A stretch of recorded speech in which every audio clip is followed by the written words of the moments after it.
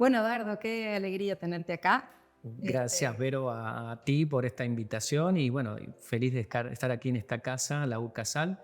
Primera vez en Salta Capital y primera vez también en esta casa, así que bueno, muy contento. Bueno, bienvenido, a pesar de que sos argentino, pero Sí, con mucha trayectoria ahora afuera. Contanos un poco, Eduardo, tu formación y a qué bien, te dedicas ahora. vale, perfecto. Sí, soy fraile carmelita, sacerdote.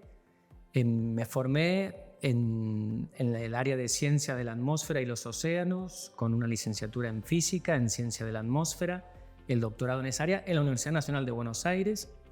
Trabajé durante muchos años tanto en la Universidad Nacional de Buenos Aires como en la Universidad Nacional de La Plata, en donde fui profesor, investigador del CONICET también hasta hace poquito. Ahora, bueno, por cuestiones de cambios, estoy seguramente en una transición.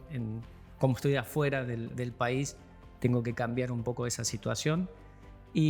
Pero me encuentro trabajando como asesor en todo lo que tiene que ver con ecología integral y cambio climático para la Santa Sede, especialmente para el Dicasterio Pontificio para el Desarrollo Integral Humano, el movimiento Laudato Si, que es como la ONG de este dicasterio, y otras instituciones eclesiales, por ejemplo, con el CELAM. Estoy de representante del CELAM en la mesa de diálogo de cambio climático en la Santa Sede, ¿no?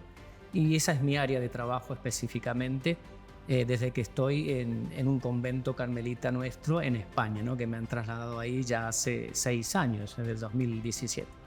Sí, me acuerdo cuando estabas allá que intercambiamos unos mensajes y te invitamos a escribir un artículo en el libro de conversión ecológica que editamos acá en Eucasa. Sí, sí. Sí, pero bueno, nos conocemos ya de hace De hace mucho. muchos años, compañeros de estudio, de teología, no vamos a decir hace cuántos años, pero hace mucho tiempo, Tal cual. con vos, con tu esposo también Octavio, fuimos compañeros, dimos clases juntos también en algunas materias de diálogo, ciencia y fe, porque siempre nos unió y digamos, la inquietud de la integración del saber de las distintas disciplinas siempre estuvo presente en nosotros. Y si alguna vez... Eso te quería preguntar, vale, de perfecto. hecho, existencialmente, dos cosas en Claro. realidad. Una, si alguna vez te imaginabas trabajando en el Vaticano, que puede ser la segunda pregunta, Muy bien. y que nos cuentes un poco esto existencialmente para vos, cómo es unir de tu mundo religioso como fraile carmelita y tu pasión por la ciencia, ¿no? Yo, para poder explicar de forma que se entienda, somos un proceso los seres humanos. Yo desde joven me había decidido estudiar todo y comprender la meteorología y la atmósfera, porque al ser mendocino viví el drama de los granizos en los cultivos. Mis padres tenían su viñedo y cada vez que caía granizo, verlos sufrir por la pérdida de la cosecha, etcétera, él y tanta gente con sus chacras. Bueno, lo digo esto porque el tema de mi tesis doctoral es justamente el tema de la precipitación y del granizo en Cuyo, ¿no? Entonces, bueno, tiene que ver, esa respuesta siempre estuvo presente. Pero bueno, al ir a estudiar eso a Buenos Aires, tuve la oportunidad de tener cerca de donde vivía una parroquia carmelita, y me acerqué también a la comunidad de los frailes carmelitas, y ahí es donde de alguna manera, bueno, cuando ingreso al convento, iba a dejarlo todo por seguir a Jesús. Yo ya estaba más o menos en el tercero, pasando al cuarto año de la formación de grado, y me preguntaron, bueno, ¿pero a vos te gusta esto que estás haciendo? Y digo, sí, claro, me apasiona, pero también estaba disponible a seguir a Jesús. Y ellos, con una visión realmente de largo plazo, y creo que fue providencial, me dijeron, bueno, continúa haciendo esto. De hecho, bueno, terminé la licenciatura y fue ahí cuando empecé a estudiar la filosofía, la teología, y simultáneamente seguí trabajando en las ciencias de la atmósfera con becas de CONICET, entré con el doctorado, digamos. Fue como las dos cosas caminando juntas. Mi inquietud cuando empecé a estudiar la filosofía y teología, yo creo que esto con Octavio, contigo lo hemos hablado muchas veces, para mí fue una apertura de mi cabeza. Yo tenía una cabeza cartesiana, científica, todo era matrices y vectores, y la filosofía y las humanidades en general te abren conexiones del pensamiento que no las tuve antes, pero también me permitía darme cuenta de, bueno, cómo yo podía aportar a ciertas preguntas o cuestionamientos desde la teología o de la filosofía, que desde la ciencia se podían enfocar de cierta manera u otra. Entonces, es como que uno ve que hay una integración de los saberes, ¿no? de las disciplinas. Yo hace poquito me preguntaban también, el que hace ciencias básicas o humanas es el ser humano, ¿no? Nosotros somos una unidad y cada una de ellas tiene, cada una de estas disciplinas y también otras disciplinas, psicología, medicina, biología, química, etcétera, ninguna es superior o inferior a la otra para darle sentido al ser humano, a la vida de las personas, ¿no? Todas ellas aportan, yo digo siempre, un marco de referencia para situarnos, para comprender y para actuar conforme en ese momento al discernimiento de lo bueno, de lo que nos conviene, de lo más saludable. Y todas las disciplinas entonces contribuyen a esa. Por eso hablamos de una integración del saber, ¿no?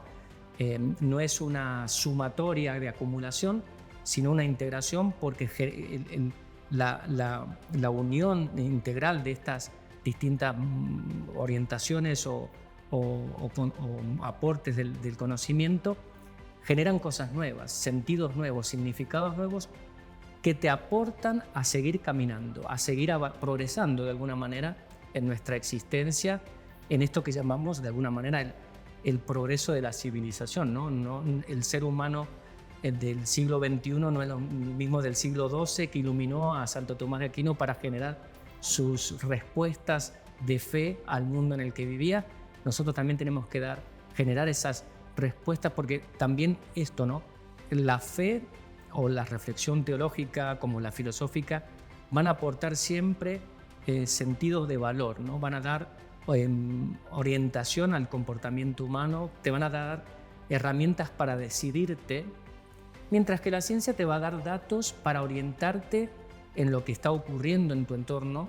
Por ejemplo, cambio climático, ¿no? El cambio climático, hacemos los informes, tenemos el conocimiento. Por ejemplo, el año más cálido que ha registrado el planeta ha sido el 2023.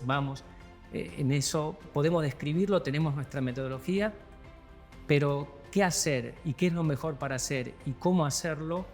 Esas respuestas vienen no desde la propia ciencia. La ciencia te da una descripción, te da las pautas, pero luego el decidirte por actuar con rapidez, por atender a la urgencia, que son de la dimensión de los valores, eso te lo va a aportar la fe, te lo va a aportar la teología, la filosofía, y por lo tanto todas las disciplinas son necesarias para nosotros. Sí, quizás lo original, me parece a mí, si bien hablamos de ciencia, filosofía y teología, quizás es más atinado decir científicos, filósofos y teólogos. Ciertamente. Y en este caso es Eduardo, claro, el que hace ciencia, filosofía y teología, con lo cual aporta también su originalidad, ¿no?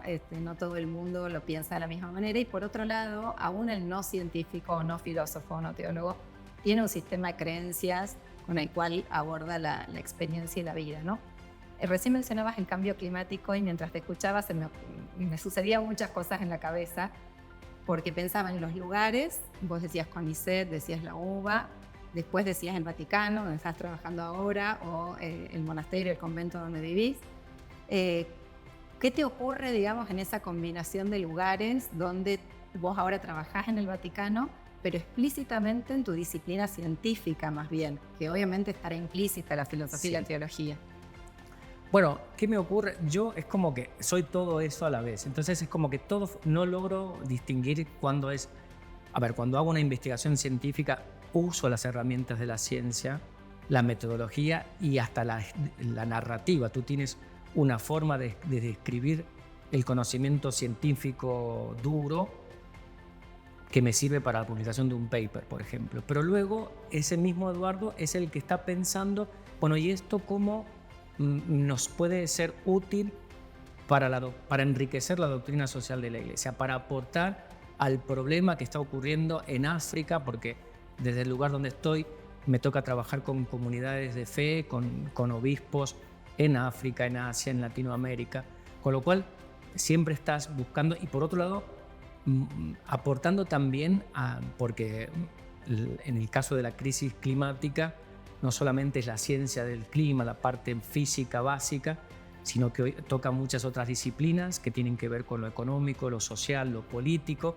Entonces también estoy como haciendo esa transdisciplina. Bueno, ¿cómo puedo yo, este dato, ayudar para ese diálogo que nos pide también el Papa Francisco en Laudato Si, el famoso diálogo interdisciplinar para atender a la crisis ecológica en la que estamos? Bueno, también esas son preguntas que me hago y trato de aportar desde allí siempre con mi reflexión, ya sea con charlas directamente, pero también escribo para esa interdisciplina, para esa divulgación, no diría divulgación, pero sí transvasalidad, ¿no?, del conocimiento de un lado a otro, porque también de las dos partes, ¿no?, la ciencia también necesita de entender a la teología, necesita entenderse a sí misma. Los científicos somos creyentes, las personas creemos. De hecho, cuando trabajé muchos años en la UBA, tenía amigos y compañeros y profes que para ellos era importante de repente, o creo yo, les significaba algo que tuvieran a alguien que era un fraile,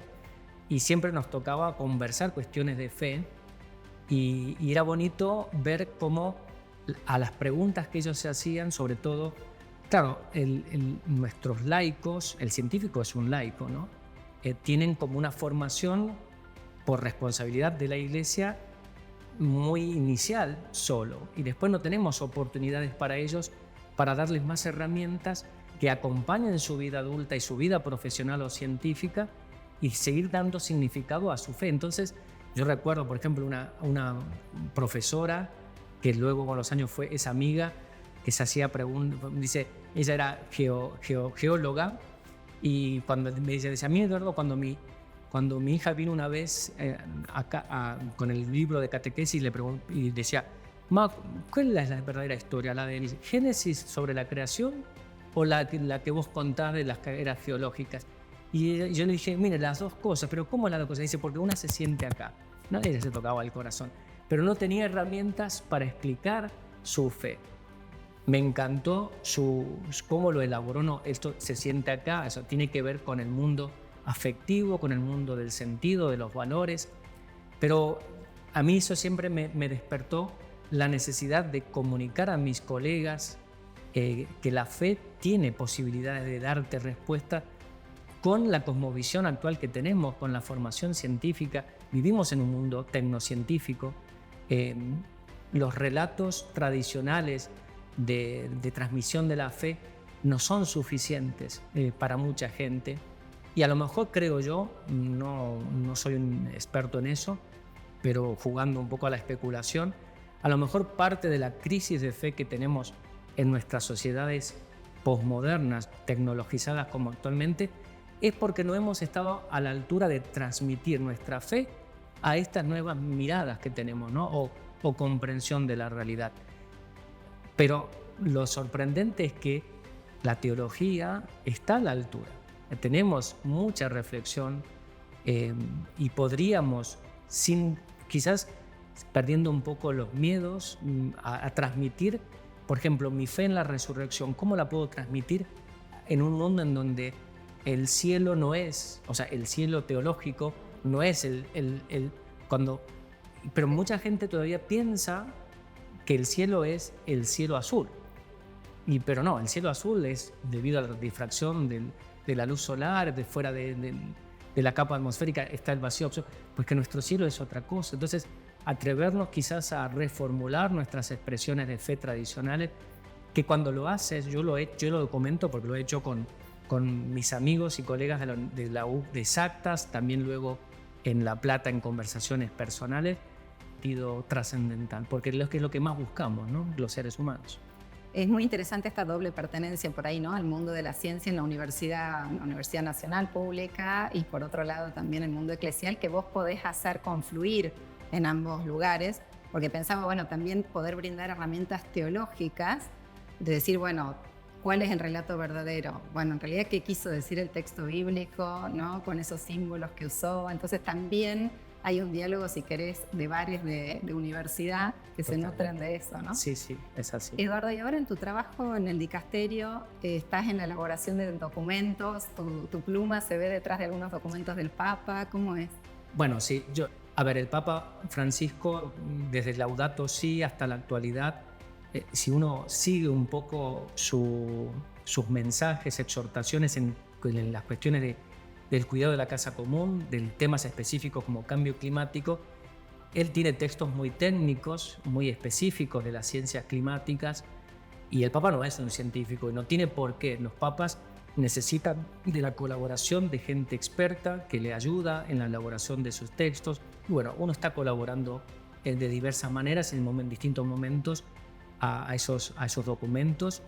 El último importante que fue coyuntural, que es la exhortación apostólica Laudate Deum, que se fue publicado el 4 de octubre del año pasado. Si uno lo lee, es un texto que emana ciencia climática, ¿no? Que es muy que a mi gusto también le faltaría un poquito más de teología, pero bueno, claramente la teología que sustenta ese documento hay que buscarla en Laudato Si, sobre todo. Pero ese documento era coyuntural, ¿no? Apuntaba a la cumbre climática de Dubái que se celebró el año pasado en diciembre, que le llamamos la COP28 porque cada año hay una cumbre climática, una COP, y se van añadiendo. La próxima será la COP29 en el mes de noviembre de este año. Y esas cumbres son importantes porque ahí es donde los países se sientan a dialogar, a consensuar herramientas para ponerle solución a esta crisis que estamos viviendo, que vuelvo a repetir, lo dije al comienzo, crisis climática de origen humano, porque hay gente que todavía dice que no somos nosotros los responsables, y la ciencia del siglo XX y XXI, la mejor teoría para explicar el comportamiento del clima de la Tierra en este momento es la del cambio climático antropogénico. No es una hipótesis en el cual hay muchas preguntas, no, es el mejor conocimiento. De hecho, que el año 2023 hayamos superado ya el umbral de 1,5 grados centígrados en los últimos 12 meses corridos, del febrero del 23 a febrero del 24, hemos superado ese umbral. Es un indicador, no de que ya hemos incumplido el Acuerdo de París, pero sí de que estamos por hacerlo. Y esto es un anticipo ya del conocimiento del cambio climático. Es decir, tenemos una herramienta que es la ciencia climática que nos permite proyectar el clima del futuro, y sabemos que esto es lo que estamos caminando hacia esto, ¿no? Y origen humano, ¿por qué? Porque no estaríamos en este contexto si no fuera porque quemamos petróleo, carbón y gas natural, que son los principales forzadores del actual cambio climático. Y para algunos que me preguntan, bueno, ¿cómo puede ser que la quema de petróleo, carbón y gas generen cambio climático? Bueno, porque cada vez que los quemamos o los combustionamos, eliminan en la atmósfera un gas que se llama el dióxido de carbono, que es un gas que produce químicamente en la atmósfera y en relación interactúa con la radiación solar, con la radiación terrestre, y produce un efecto invernadero, o sea, afecta directamente al balance energético del planeta. La Tierra, hace unos 60, 70 millones de años atrás, tenía una composición química en la atmósfera distinta, que llamamos la atmósfera primitiva, en donde el contenido de dióxido de carbono era altísimo, y por eso la temperatura planetaria también era alta. Estábamos en un promedio planetario de entre 28 y 30 grados centígrados. Actualmente estamos en 15, transitando hacia los 16, 16 y medio por el cambio climático. ¿Qué significó? Que en ese periodo la Tierra era toda una floresta, era tropical, todo era bosques tropicales, los océanos estaban muy elevados, había pocos superficies de tierra emergidos, pero generó mucha biodiversidad, mucha materia verde, y los grandes animales que comían esas materias, los herbívoros, los dinosaurios, más las algas de los océanos, todo eso con la fotosíntesis. La fotosíntesis no es otra cosa que absorción de radiación solar absorción de dióxido de carbono y liberación de oxígeno y generación de materia orgánica. Esa materia orgánica, esos aminoácidos, capturaban el dióxido de carbono y la plantita o el dinosaurio al morirse se enterraban y generaban esas capas que hoy en día conocemos como los fósiles, el petróleo, el carbón. Con lo que yo digo es que nosotros, al quitar ese petróleo, esa masa orgánica fosilizada llena de dióxido de carbono primitivo, en pocas décadas estamos devolviendo a la atmósfera esos gases. Claro, no es lo mismo un proceso que llevó millones de años de purificación, de transición lenta para la adaptación de los ecosistemas, que lo hagamos en 150 años. Y eso es la crisis climática, ¿no? Corremos el riesgo de generar abruptos cambios de la temperatura planetaria con la imposibilidad de mantener la sostenibilidad de la vida tal como la conocemos en la Tierra. Sí, y nos queda poco tiempo, ¿no? Y los plazos son pocos. El pico de emisiones, de acuerdo al mejor conocimiento científico que se tiene, que no solamente es ciencia climática, sino también hay otras disciplinas que aportan en esto, pero lo podemos leer en los ciclos de informes del IPCC, del panel de expertos del cambio climático. El pico de emisiones tendría que llegarse en el 2025, reducir a más de un 40-45% para el 2030 de las emisiones del 2019-20 y llegar a menos del 80% de las emisiones para el 2050 si queremos mantener el calentamiento en esto de 1,5 y no más de 2 del Acuerdo de París. Por eso la urgencia, por eso Laudato Deum, el Papa Francisco habla de estos conceptos, por eso lo quiero comentar, porque si leen Laudato Deum aparece Acuerdo de París, calentamiento global de 1,5, eliminación de combustibles fósiles, porque esto es el núcleo de la crisis y la comunidad político-económica y social mundial tiene que atender a esta urgencia y dar respuesta a ese. No es una cuestión meramente ideológica, política, de izquierdas o de derecha, es una crisis porque la capacidad humana hoy en día tecnológica de intervención son grandes, podemos modificar el clima de la Tierra, lo estamos haciendo y cada vez es más evidente. Bueno, muchísimas gracias, Eduardo. Me hacías pensar también en esto de la integración del saber que señalabas, como la capacidad técnica o científica de decir, bueno, hoy mismo están ensayando nuevas energías, ¿no? Otras componentes para poder sostener, digamos, la vida tal como la llevamos hoy, pero también la pregunta filosófico-teológica de para qué usamos esa energía, ¿no? ¿Qué vida queremos llevar? Con lo cual me parece que tu reflexión integrada nos puede ayudar a otear un horizonte común, ¿no? Sí, de hecho, la propuesta de la Iglesia, nosotros, no solamente es eliminación de combustibles fósiles, sino también cambios de estilos de vida, conversión ecológica, menos es más, ¿no? Este tema de repensar nuestro consumo, nuestros patrones de producción también. Eso es lo que llevamos también en las cumbres climáticas. De hecho, los documentos que salen de esta cumbre, hay puntos en donde puedes leer estos trazos de la doctrina social de la Iglesia en los documentos estos públicos. Y ciertamente sí, tenemos que preguntarnos qué mundo queremos dejar para las generaciones futuras y también para la presente, porque convengamos que en esta fiesta de sobreconsumo y de explotación de la biodiversidad, del cambio climático, hay un 50%, y me quedo corto, de la población del mundo en la que no se participa. Por lo tanto, también es una cuestión de justicia social, ¿no? De justicia en términos también cristianos, ¿no? No solamente justicia político-económica, ¿no? Muchas gracias, Eduardo, por compartir con nosotros tu experiencia, tu saber. Ojalá puedas volver a Salta pronto y las veces que quieras podremos compartir más de estas conversaciones. Gracias a vos, Verónica, y bueno, saludos a todos y hasta la próxima. Dios mediante. Buenísimo, muchas gracias. Muchas gracias.